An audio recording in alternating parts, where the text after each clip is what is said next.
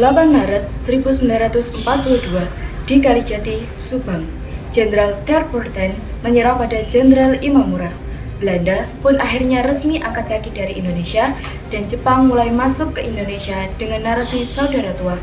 Pada awalnya, rakyat Indonesia menyambut dengan hangat dan sorak-sorai atas kedatangan Jepang karena Jepang mengizinkan pengibaran bendera merah putih serta pelantunan lagu kebangsaan yaitu Indonesia Raya, di mana kedua hal tersebut adalah hal yang sangat tabu terjadi di era Belanda.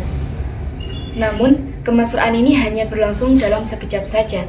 Dalam hitungan bulan, Jepang mulai menunjukkan wajah militeristiknya, di mana semua organisasi politik dilarang, kecuali organisasi yang menguntungkan Jepang itu sendiri. Semua rakyat Indonesia pun mulai merasakan pahitnya kerja paksa, serta para perempuan dipaksa untuk jadi budak seksual oleh para tentara Jepang pada masa Perang Dunia Kedua. Inilah titik di mana para pemimpin harus memilih, melawan secara frontal yang berarti bunuh diri, atau bermain cantik dengan strategi.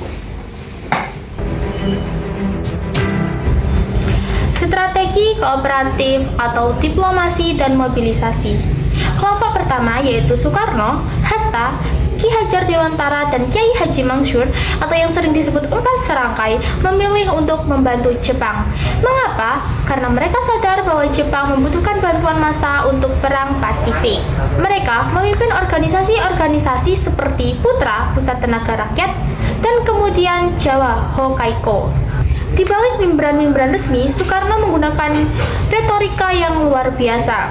Saat Jepang memintanya untuk membangun semangat rakyat, Bung Karno menyelipkan kata-kata untuk membangun identitas nasional. Mereka meminjam fasilitas seperti radio dan juga koran dari Jepang untuk menjaga agar api semangat nasionalisme di hati rakyat jelata dan di desa-desa tidak padam. Taktik ini menggunakan musuh untuk membangun kekuatan sendiri. Di saat para tokoh senior berada di panggung formal, kelompok pemuda dan kaum intelektual memilih untuk gerakan bawah tanah. Gerakan ini dipimpin oleh beberapa tokoh, yakni Suta Syahrir dan Amir Syarifuddin. Mereka bekerja di balik layar, bahkan seringkali mereka menyamar sebagai pegawai kantor pemerintahan Jepang. Tujuan utama mereka adalah intelijen. Di tengah padatnya sensor Jepang, mereka berhasil menyembunyikan kamera gelap untuk mendengarkan siaran luar negeri berupa BBC. Dari sinilah, Suta Syahrir mengetahui bahwa Jepang mengalami kekalahan telak dalam pertempuran Laut Karang dan Midway. Informasi ini tentunya sangat krusial. Kelompok bawah tanah inilah yang menjaga koneksi antar pemuda dan menyiapkan mental mereka bahwa kemerdekaan harus direbut, bukan sekedar hadiah dari Jepang. Perlawanan fisik dan militer atau bela spesial. Strategi yang ketiga ialah perlawanan bersenjata. Penderitaan rakyat akibat kelaparan dan perasaan sekere memicu munculnya pemberontakan sporadis namun heroik. Di Aceh, Tengku Abdul Jalil memimpin perlawanan di Chot Playang. Adapun di Tasikmalaya, Kiai Haji Zainal Mustafa memimpin perlawanan dari pesantren Sukamanah. Dan yang paling monumental ialah pemberontakan PETA atau Pembela Tanah Air yang bertempat di Blitar pada Februari 1945. Supriyadi sebagai seorang perwira didikan Jepang justru mengirim pasukannya untuk menyerang markas Jepang. Meski pemberontakan ini dipadamkan dengan kejam, peristiwa ini meruntuhkan moral Jepang.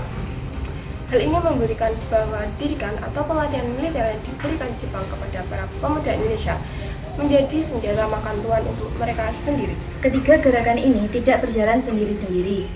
Jalur kooperatif menyiapkan kerangka politik dan legal. Jalur bawah tanah mencari celah dan momentum kekalahan Jepang. Dan perlawanan fisik menunjukkan determinasi bahwa kita Pada siap akhirnya, bertempur. 17 Agustus 1945, ketiga gerakan ini menyatu dalam satu suara, yaitu Proklamasi Kemerdekaan Indonesia. Sejarah mengajarkan kita bahwa merdeka bukan hanya soal keberanian, tetapi kecerdikan dalam bersiasat.